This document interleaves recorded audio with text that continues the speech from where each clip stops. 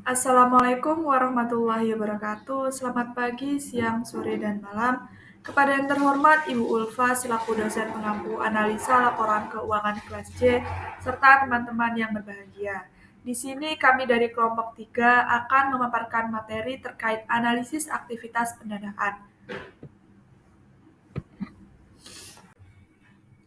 Sebelum memasuki pemaparan materi, izinkan saya memperkenalkan anggota dari kelompok 3. Perkenalkan saya sendiri, Nadia Dwi Safitri dengan NPM akhir 010. Dan selanjutnya ada Fiona Adelia Safitri dengan NPM akhir 016. Yang selanjutnya ada Febrilia Yudhistira dengan NPM akhir 020. Yang selanjutnya ada Nadila Citra Widayati dengan NPM akhir 036. Yang selanjutnya ada Tiffany Almadea dengan NPM akhir 169. Yang selanjutnya ada Nabila Dwi Komaria dengan NPM akhir 331 dan yang terakhir ada Reza Vinda Amelia dengan NPM akhir 346. Baik, untuk materi yang pertama kita memasuki pada materi debt financing. Apa sih debt financing itu? Debt financing merupakan utang atau kewajiban keuangan yang merujuk pada dana yang dipinjam oleh perusahaan secara eksplisit dari berbagai penyedia modal. Perusahaan sendiri dapat meminjam langsung dari investor dengan menerbitkan surat berharga seperti obligasi. Pinjaman tersebut disebut dengan utang publik. Perusahaan juga dapat meminjam dari lembaga keuangan seperti bank dalam bentuk pinjaman. Pinjaman tersebut disebut dengan utang swasta. Nah, debt financing ini dibagi menjadi dua, yaitu kewajiban lancar dan kewajiban tidak lancar. Kewajiban lancar biasa kita sebut dengan utang jangka panjang, di mana kewajiban ini pelunasannya memerlukan penggunaan aset lancar atau munculnya kewajiban lancar lainnya. Untuk kewajiban tidak lancar sendiri biasa kita sebut dengan utang jangka pendek, di mana kewajiban ini jatuh temponya tidak dalam 1 tahun atau kurang dari 1 tahun atau satu siklus operasi.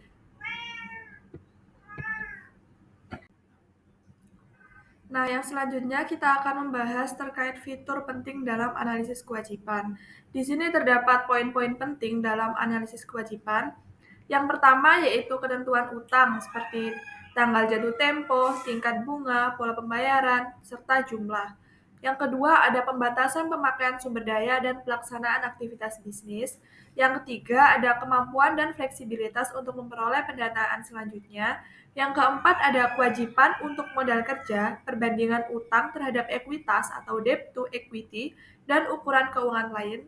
Yang kelima ada fitur konversi kewajiban yang bersifat difusi, dan yang terakhir ada larangan atas pembayaran-pembayaran seperti pembayaran dividen. Untuk materi yang selanjutnya akan dipaparkan oleh rekan saya. Assalamualaikum warahmatullahi wabarakatuh. Perkenalkan nama saya Fiona Adela Safitri dengan MPM Mahir 016. Di sini saya akan membahas mengenai sewa. Sewa merupakan perjanjian kontraktual antara pemilik dan penyewa. Di dalam perjanjian ini tuh memberikan hak kepada seorang penyewa untuk menggunakan aset yang dimiliki oleh seorang pemilik selama masa sewa. Sebagai balasannya, seorang penyewa ini tuh membayar sewa yang disebut sebagai pembayaran sewa minimum atau MPL. Sewa dibagi menjadi dua. Untuk yang pertama yaitu sewa pendanaan. Di sini sewa yang dicatat oleh seorang pemilik sebagai penjualan dan transaksi pendanaan. Untuk sewa yang kedua yaitu sewa operasi. Di sini seorang penyewa mencatat MPL atau pembayaran sewa minimum sebagai beban pendapatan sewa dan tidak ada aset atau kewajiban yang diakui. Untuk selanjutnya yaitu akuntansi pelaporan sewa. Di sini aturan akuntansi mensyaratkan les untuk mengungkapkan biasanya dalam catatan atas laporan keuangan. Hal-hal ini ditulis sebagai berikut. MPL di masa depan secara terpisah untuk capital les dan operating les untuk masing-masing tahun selama 5 tahun mendatang dan total setelahnya. Setelah itu, beban sewa untuk masing-masing periode yang dilaporkan pada laporan laba rugi. Untuk berikutnya yaitu 4 dampak operating lease. Untuk pertama yaitu sewa operasi meremehkan kewajiban dengan tidak memasukkan pembiayaan sewa ke dalam neraca. Untuk yang kedua yaitu sewa operasi meremehkan aset. Untuk yang ketiga, sewa operasi menunda pengakuan biaya dibandingkan dengan sewa modal. Untuk yang terakhir yaitu sewa operasi mencakup bunga dengan sewa guna usaha atau biaya operasi. Untuk selanjutnya akan dijelaskan rekan saya. Saya Febrelia Yudhistira dengan NPM Mahir 020. Selanjutnya kita akan membahas tentang konservasi operating leases ke capital leases. Untuk mengonversikan operasi leases ke capital leases dibutuhkan estimasi nilai sekarang dari kewajiban operating leases. Proses ini dimulai dengan estimasi tingkat bunga yang akan digunakan untuk mendiskontokan proyeksi pembayaran sewa. Untuk perusahaan yang melaporkan capital lease maupun operating lease, dapat memperkirakan tingkat bunga implisit untuk kapitalis dan mengasumsikan tingkat bunga yang sama untuk operating lease. Tingkat bunga implisit kapitalis dapat dicari dengan trial dan error yang merupakan tingkat bunga yang menghasilkan proyeksi pembayaran kapitalis sama dengan angka nilai sekarang kapitalis, di mana keduanya ini diungkapkan dalam catatan kaki sewa. Pembahasan selanjutnya adalah tentang kontingensi dan komitmen. Yang pertama adalah kontingensi, yang merupakan keuntungan dan kerugian potensial yang penyelesaiannya bergantung pada satu atau lebih peristiwa di masa depan. Kontingen liabilitas merupakan klaim potensial atas sumber daya perusahaan. Pada analisis kontingen liabilities, kewajiban kontingen yang dilaporkan ini merupakan estimasi. Jadi keakuratan analitisnya bergantung pada keakuratan estimasi tersebut. Yang kedua adalah komitmen. Komitmen merupakan klaim potensial atas sumber daya perusahaan berdasarkan kinerjanya di masa depan. Dalam analisis mengenai komitmen ada 3. Yang pertama, menganalisis komunikasi antar manajemen dan siaran pers. Yang kedua, menganalisis catatan tentang komitmen. Dan yang terakhir adalah memahami bias atau dampak yang mungkin terjadi untuk mengungkapkan komitmen. Perkenalkan, nama saya Nadya Citra Widayati dengan NPM akhir 036. Saya akan menjelaskan tentang off-balance sheet financing. Off-balance financing tidak tercatatnya kewajiban pendapatan tertentu. Contoh, purchase agreement dan throughput agreement. Dan yang kedua, take or pay arrangement, SPE. SPE dibentuk oleh perusahaan sponsor dan dikapitalisasi dengan investasi ekuitas. Beberapa di antaranya harus berasal dari pihak ketiga yang independen. SPE meningkatkan investasi ekuitas dengan meminjam dari pasar kredit dan membeli aset dari atau untuk perusahaan sponsor. 2 alasan kepopuleran SPE. Yang pertama, SPE dapat menyediakan alternatif pendanaan berbiaya rendah daripada meminjam langsung dari pasar kredit. Yang kedua, berdasarkan GAAP saat ini, selama SPE terstruktur dengan benar, SPE tersebut dicatat sebagai entitas terpisah, tidak dikonsolidasi dengan perusahaan sponsor. Selanjutnya, shareholder equity. Analisis atas ekuitas harus mempertimbangkan pengukuran dan pelaporan standar ekuitas pemegang saham. Analisis tersebut meliputi yang pertama, mengklasifikasikan dan memisahkan sumber utama pendanaan ekuitas. Yang kedua, mempelajari hak untuk kelompok-kelompok pemegang saham dan prioritas mereka dalam likuidasi. Yang ketiga, mengevaluasi pembatasan hukum untuk distribusi ekuitas, menelaah kontrak, ketentuan hukum, dan pembatasan-pembatasan lainnya atas distribusi saldo laba. Dan yang terakhir, menilai ketentuan dan provisi sekuritas yang dapat dikonversi, opsi saham, dan kesepakatan lainnya yang berpotensi menerbitkan saham. Selanjutnya akan dijelaskan oleh rekan saya. Baik, untuk materi selanjutnya kita akan membahas nih mengenai apa itu capital stock atau biasa yang disebut sebagai modal saham. Nah, modal saham itu apa sih? Singkatnya, modal saham adalah saham yang diterbitkan kepada pemegang saham ekuitas sebagai pembayaran aktiva dan juga jasa. Nah, ada 2 jenis nih di dalam saham modal. Yang pertama ada saham preferen, kemudian yang kedua ada saham biasa. Saya akan menjelaskan terlebih dahulu terkait saham preference dan juga apa kira-kira perbedaan di antara dua saham tersebut. Nah, saham preference itu sendiri merupakan saham yang bisa dimiliki atas dividen itu yang juga lebih tinggi ataupun tetap. Nah, biasanya itu dibayarkan sebelum dividen diberikan kepada pemegang saham biasa. Untuk pembayarannya ini itu dibayarkan kepada pemegang saham seringkali bersifat tetap atau mirip dengan bunga obligasi. Seperti itu.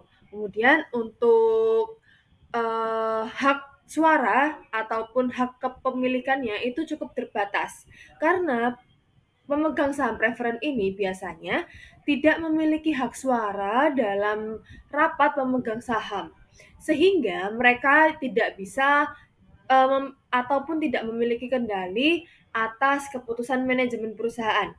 Kemudian untuk terkait prioritas pada likuidasi, apabila kasus perusahaan itu mengalami likuidasi, nah pemegang saham preferen ini akan mendapatkan klaim atas aset perusahaan setelah pemegang obligasi, tetapi sebelum pemegang saham biasa.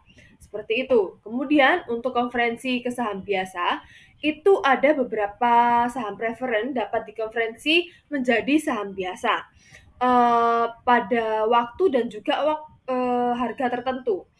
Kemudian untuk resiko sendiri, hak dividennya ini kan tetap dan juga menjadi prioritas dalam likuidasi, sehingga saham preferen ini dianggap lebih aman dibandingkan saham biasa. Kemudian untuk saham biasa, itu para pemegang saham biasa memiliki hak suara. Oleh karenanya, misalnya pemilihan dewan direksi ataupun keputusan strategis yang ada di perusahaan lainnya. Kemudian untuk dividen variabelnya itu, nah dividen ini itu dibayarkan kepada pemegang saham biasa secara tidak tetap atau tergantung pada kinerja keuangan perusahaan. Jika perusahaan tidak menguntungkan, maka pemegang saham biasa tidak mungkin menerima dividen nih. Beda dengan saham preferen. Kemudian untuk pembagian keuntungan terakhir itu dalam kasus likuidasi perusahaan, pemegang saham biasa ini menjadi pihak terakhir yang mendapatkan klaim atas aset perusahaan. Sehingga runtutannya adalah pertama, pemegang obligasi terlebih dahulu, kemudian pemegang saham preferen, barulah pemegang saham biasa. Kemudian untuk potensi pertumbuhan, meskipun lebih jauh beresiko ya, saham biasa ini memiliki potensi pertumbuhan yang jauh lebih besar nilainya, dapat meningkat seiring dengan kesuksesan perusahaan. Kemudian untuk resikonya itu jauh lebih besar yang seperti saya jelaskan tadi, karena saham biasa itu berada di urutan paling terakhir dalam pembagian aset jika perusahaan itu bangkrut. Oke, untuk kesimpulannya sendiri nih, saham preference itu lebih cocok untuk investor yang mencari pendapatan stabil dengan resiko yang rendah. Sedangkan saham biasa lebih sesuai bagi investor yang mencari potensi pertumbuhan nilai saham dan bersedia menanggung resiko yang jauh lebih tinggi. Seperti itu.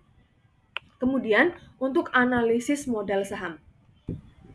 Untuk analisis modal saham, nah informasi yang lebih relevan bagi analisis itu adalah apabila komposisi pos modal dan juga adanya pembatasan-pembatasan yang berlaku. Komposisi ekuitas itu cukup penting karena dapat mempengaruhi hak sisa atas saham biasa, kemudian serta haknya, juga resiko dan pembagian bagi investor ekuitas. Untuk materi selanjutnya, kita akan membahas mengenai laba ditahan. Oke, untuk materi selanjutnya mengenai laba ditahan. Apa ya laba ditahan itu? Nah, laba ditahan adalah modal yang diperoleh perusahaan. Laba ditahan itu juga bisa disebut sebagai sumber utama pembagian dividen kepada pemegang saham. Akun laba ditahan itu mencerminkan akumulasi laba yang belum dibagikan suatu perusahaan sejak awal berdirinya. Laba ditahan itu berbeda dengan modal saham dan tambahan modal disetor rekening yang merupakan modal yang disetorkan oleh pemegang saham. Kita selanjutnya membahas mengenai dividen tunai itu apa, kemudian dividen pemegang saham itu apa. Untuk dividen tunai adalah pembagian uang tunai nih kepada pemegang saham. Kemudian untuk dividen biasa itu merupakan pembagian saham perusahaan kepada pemegang saham atas dasar pro rata. Nah, apa ya perbedaan dan juga apa sih dan bagaimana sih cara pembagiannya? Untuk cara pembagian dari dividen tunai itu perusahaan biasanya akan mengirimkan sejumlah uang ke rekening pemegang saham sesuai dengan jumlah saham yang dimiliki. Misalnya nih, jika perusahaan memberikan dividen uang tunai sebesar 500 per saham dan seorang investor memiliki 1.000 saham, maka investor tersebut akan menerima 500.000 dari perusahaan. Sedangkan untuk dividen saham itu jika suatu perusahaan memberikan dividen saham sebesar 10%, maka seorang pemegang saham yang memiliki 100 saham akan menerima tambahan 10 saham sehingga total yang akan diterima menjadi 110 saham. Kemudian untuk waktu pembayarannya sendiri dari dividen tunai itu biasanya dibayarkan secara berkala. Setiap kuartal ataupun setiap setahun sekali atau juga sesuai dengan kebijakan perusahaan. Namun untuk yang dividen saham ini biasanya itu dilakukan tanpa memberikan aliran kas secara langsung. Gitu, cocok bagi investor yang misalnya ingin meningkatkan kepemilikan saham tanpa harus mengeluarkan uang tambahan. Seperti itu. Nah, kemudian untuk efek pada saham, efek dividen tunai pada harga saham itu biasanya setelah dividen tunai dibayarkan, harga saham akan lebih turun sebesar nilai dividen yang dibayarkan kepada aset perusahaan juga berkurang. Namun untuk dividen saham itu meskipun jumlah saham yang dimiliki pemegang saham bertambah, harga per saham biasanya akan turun sesuai dengan jumlah dividen saham yang diterbitkan, seperti itu.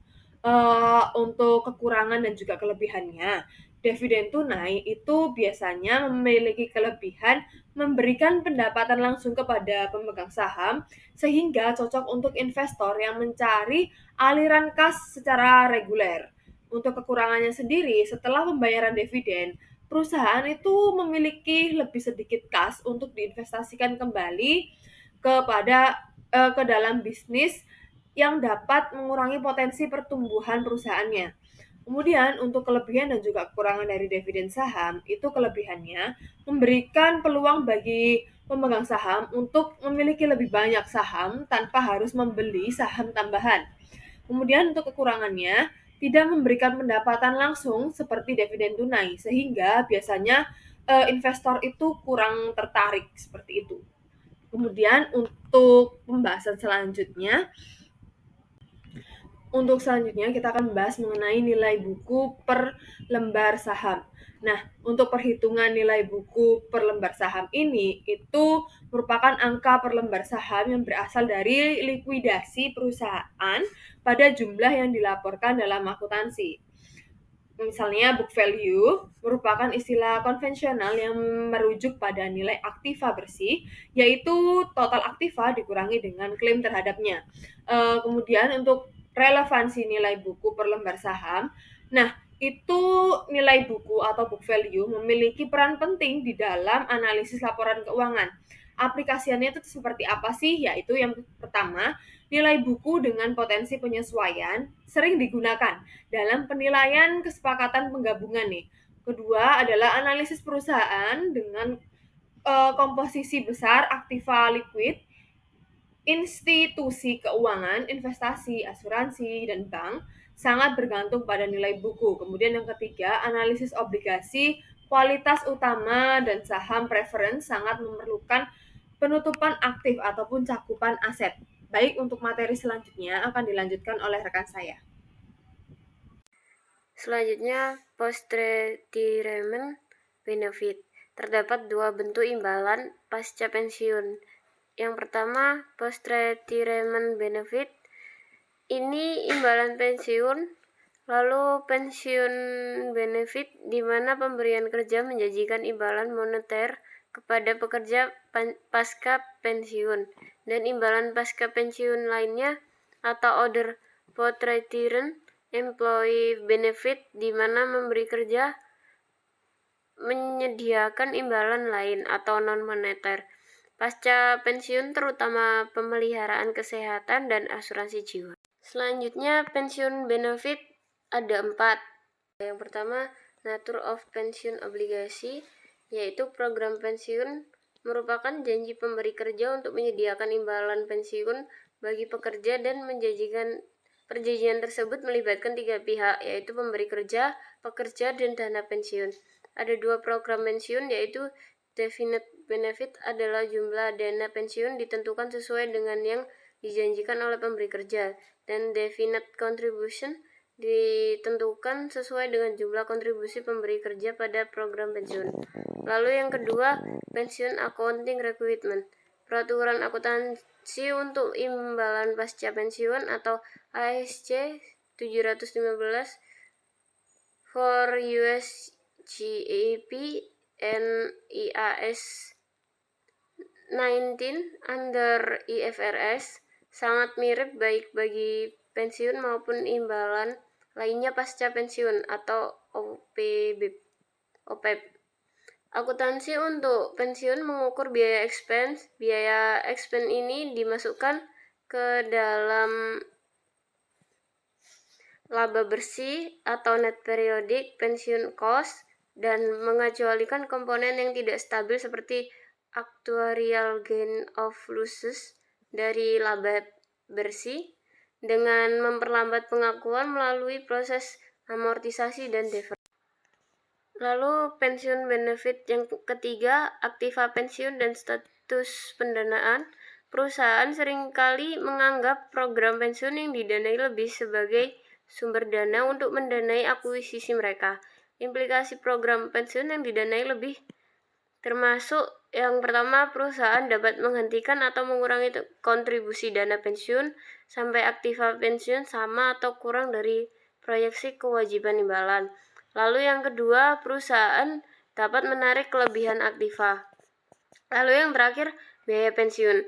Biaya pensiun ekonomi atau ekonomi pension cost merupakan biaya bersih yang timbul dari perubahan posisi ekonomi bersih selama periode bersangkutan. Biaya pensiun berulang atau recurring pension cost terdiri atas 2 komponen sebagai berikut. Yang pertama, biaya jasa, yang kedua, biaya bunga.